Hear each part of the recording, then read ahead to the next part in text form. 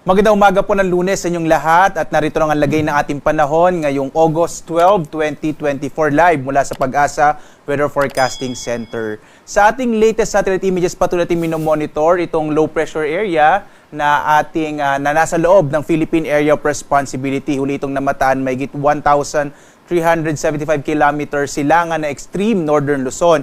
Base sa ating mga pinakahuling datos, nakikita natin na itong low pressure area na ito ay malaki yung tsansa na maging bagyo ngayong araw. Pero posible din yung senaryo na ito ay palabas na ng Philippine Area of Responsibility. So magbibigay po tayo ng update kung ito bang low pressure area na ito ay magiging bagyo sa loob ng Philippine Area of Responsibility. Ang pangalan ng susunod na bagyo na mabubuo sa loob ng Philippine Area of Responsibility or papasok ng Philippine Area of Responsibility ay letter D na po tayo, so Dindo.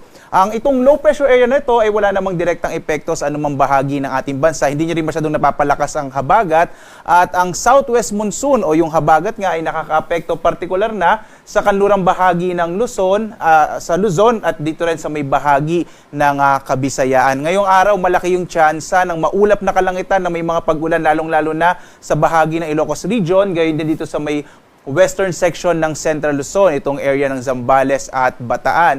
May thunderstorm advisory tayo around 3 a.m. ngayong araw at posible yung mga pag-ulan lalong-lalo na sa may bahagi ng Central Luzon, gayon din sa ilang bahagi ng Cavite, Batangas at ilang bahagi ng Kamaynilaan. But generally, ngayong araw ay asahan pa rin natin yung mga isolated o pulupulong pag-ulan.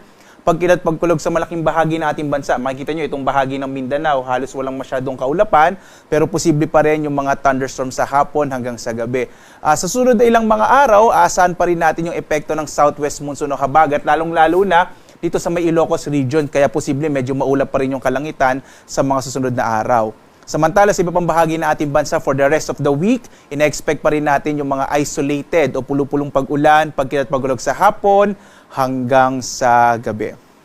At dito nga sa Luzon, inaasahan natin na malaki yung tsansa ng mga pag-ulan sa may bahagi ng Ilocos Region, Zambales at Bataan. Dulot yan ng southwest monsoon o hanging habagat. Sa nalabing bahagi naman ng Luzon, kasama rin yung Kamaynilaan, asahan pa rin natin yung mga isolated o pulupulong pag-ulan, pagkilat pagkulog sa hapon hanggang sa gabi. Magagamit niyo yung payong ninyo dahil sa tanghali, medyo mainit pa rin yung panahon, pero sa hapon, malaki yung tsansa ng mga pag-ulan. Agwat ang temperatura sa Lawag, 25 to 32 degrees Celsius, sa Tuguegarao hanggang 35 degrees Celsius, sa Baguio, 17 to 22 degrees Celsius, habang sa Kamaynilaan, 25 to 32 degrees Celsius. Sa Tagaytay naman, 23 to 30 degrees Celsius, habang sa Legazpi, 26 to 33 degrees Celsius. Dito naman tayo sa Palawan, Visayas at Mindanao. Dito nga sa Palawan, asahan pa rin natin ang generally fair weather at mga pag-ulan sa hapon hanggang sa gabi. Agwat ang temperatura sa Calayan Islands, 25 to 32 degrees Celsius at gayon din yung temperaturang mararanasan sa Puerto Princesa, 25 to 32 degrees Celsius. Malaking bahagi din ng Kabisayaan ay makaranas ng mga isolated o pulupulong pag-ulan, pagkidlat pagkulog, agwat ang temperatura sa Iloilo, 26 to 32 degrees Celsius.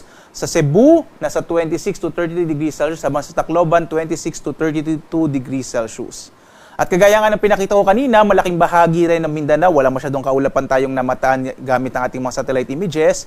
At asahan pa rin natin yung mga isolated rain showers and thunderstorms sa malaking bahagi ng Mindanao. Sa Zamboanga nga, agwat ang temperatura, 25 to 33 degrees Celsius. Sa Cagayan de Oro, 26 to 32 degrees Celsius. Habang sa Davao, 26 to 33 degrees Celsius. Sa ngayon naman, wala tayong nakataas na gale warning, kaya ligtas naman pumalaot ang mga sasakyang pandagat at malilit na mga bangka sa mga baybayin ng ating bansa. Mag-ingat lamang po, nasa panahon pa rin tayo ng tag-ulan, malaki yung tsansa ng mga thunderstorms na kung minsan ay nagpapalakas ng alon ng ating mga karagatan.